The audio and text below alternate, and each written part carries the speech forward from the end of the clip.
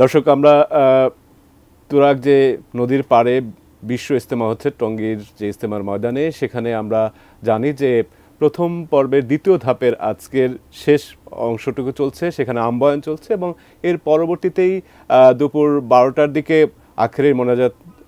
আখেরি মোনাজাত হবে। তো সোহাগের সঙ্গে আমরা যোগাযোগ করার চেষ্টা করছি।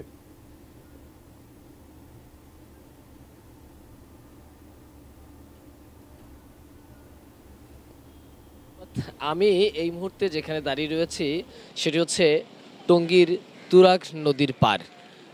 এই তুরাগ নদীর পাড়ই অনুষ্ঠিত হচ্ছে বিশ্ব ইজতেমা এবং এখানে বছরের পর বছর ধরে এই বিশ্ব ইজতেমা অনুষ্ঠিত হয়ে থাকে। এই বিশ্ব ইজতেমার রয়েছে একটি ইতিহাস এবং ঐতিহ্য। আজকের এই টঙ্গীর মাঠ কিভাবে আসলে বিশ্ব ইজতেমা হয়ে উঠল তার পিছনেও কিন্তু রয়েছে একটি দীর্ঘ ইতিহাস।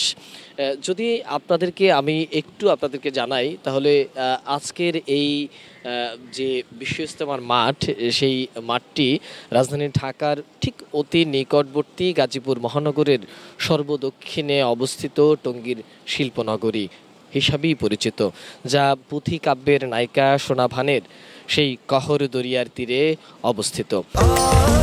স্বাস্থ্যকর অল টাইম ফ্যামিলি কেক, সব সময় অল টাইম হেলদি লাইফ। যে কহর দরিয়া বর্তমান নাম হচ্ছে তুরাগ নদ, যার গুরুত্ব এখন গোটা মুসলিম দুনিয়ায় ছড়িয়ে পড়েছে বিশ্ব ইজতেমার মাধ্যমে। টঙ্গীর এই শব্দটি মূলত এসেছে টাঙ্গি নামক একটি শব্দ থেকে। কথিত আছে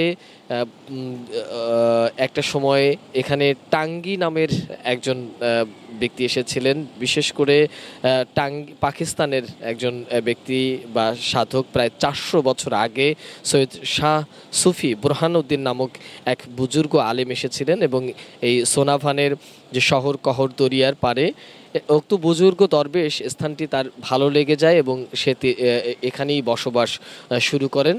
এরপরে বুরহানুদ্দিন দরবেশ তার অবস্থান ব্যক্ত করার জন্য সবসময় তার একটি বাঁশের লাঠি ছিল এবং সেই বাঁশের লাঠিটি একটি ঝুলনা দিয়ে উপরে ঝুলিয়ে রাখতেন বা টাঙিয়ে রাখতেন।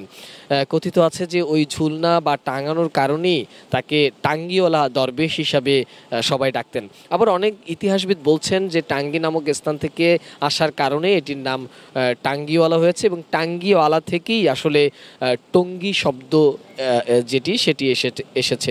পুঁথিশাস্ত্রে উল্লেখ আছে, সোনাবানের কথা একাধিকবার এসেছে। এখানে পুঁথি কাব্যরা বলেছেন সোনাবান ছিলেন একজন কহর দরিয়ার পরগানার জমিদার, যিনি শক্তিশালী সুদূর আরব পর্যন্ত তার নাম বিস্তৃত ছিল।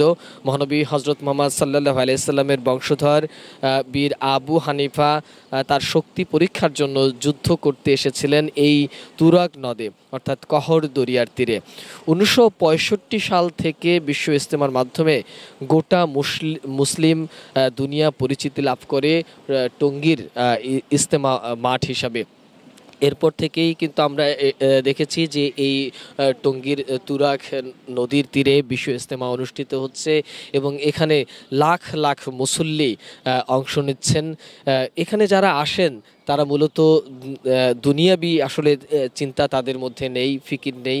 তারা শুধুমাত্র আল্লাহ এবং আল্লাহর রাসূলের রাজি খুশির জন্য এই টঙ্গীর তুরাগ নদীর তীরে যে বিশ্ব ইজতেমাটি হয়ে থাকে সেখানে তারা হাজির হন এবং আজকে আখিরি মোনাজাতের মধ্য দিয়ে এবারের যে 58তম বিশ্ব ইজতেমা, সেই বিশ্ব ইজতেমার প্রথম পর্ব শেষ হচ্ছে।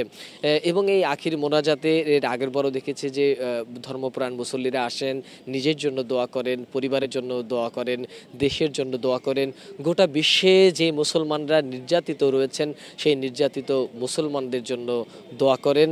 এভাবেই আসলে জিকির, আজকার, আলেম ওলামারা এই ইজতেমাটি পালন করে থাকেন।